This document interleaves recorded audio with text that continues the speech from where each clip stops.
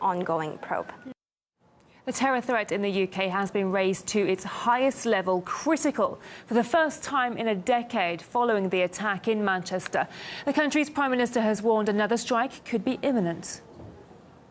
This means that their assessment is not only that an attack remains highly likely, but that a further attack may be imminent. OK, let's discuss this further now and bring in our guest, Mr Tom Brooks, the head of Durham Law School. Thank you for joining me on the show, Mr Brooks. So the Home Secretary is not very happy, is she? Why do you think the US did share its intelligence with the media before UK officials had confirmed it?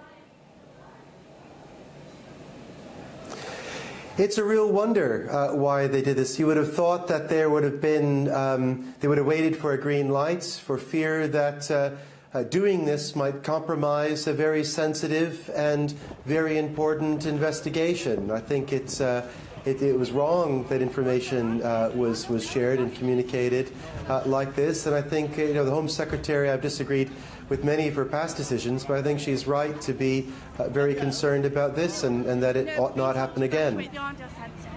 Is there as much cooperation as can reasonably be expected between European security services? Well, I think they have to expect some degree of cooperation over the use of sensitive information like this. Part of the reason is to assist with investigations. So, if the names might be withheld, to give the police and security forces more time to work out where dangerous persons might be located, or locate their accomplices and track their movements. But another reason why it would be important to delay, if not withhold, some information might be to protect the sources by which it comes from. It won't just be about giving an advance warning to those that the police are looking for that they are being looked for, but it's also could endanger those who provided that information to the police and security forces. And it raises questions not just over what was communicated, but how and when. Now, it seems that the Manchester suspect was already known to the security services. How, then, was he able to go on to carry out this atrocity? Well, we're still learning details, it seems, every hour about what the particulars are. I think that in general, you will have people who might be known to the police for being identified as having extremist views. They might be known to the police for having traveled to certain areas. They might be known to the police for having committed relatively minor offenses.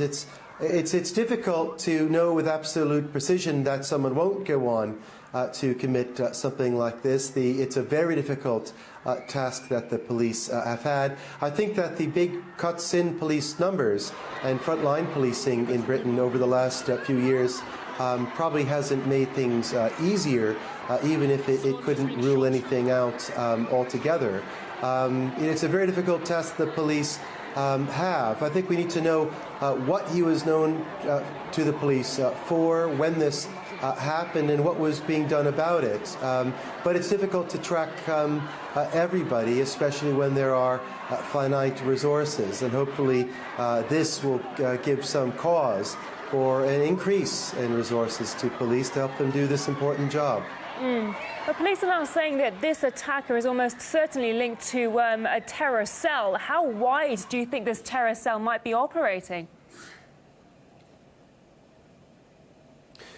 Well, I think it's extremely worrying that there could be a cell operating at all. It's something that's been, we've seen cells in Belgium and elsewhere on the continent. We haven't seen something like this in Britain for a while.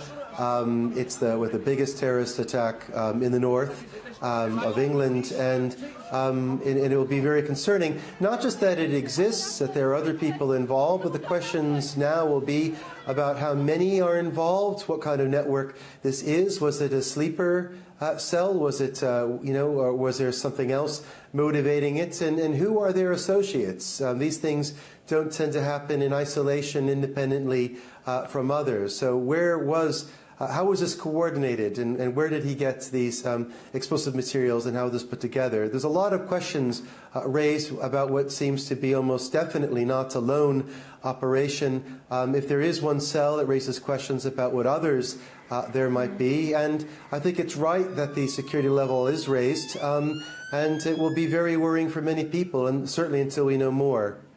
OK, Mr. Tom Brooks, head of Durham Law School, thank you for your time, sir.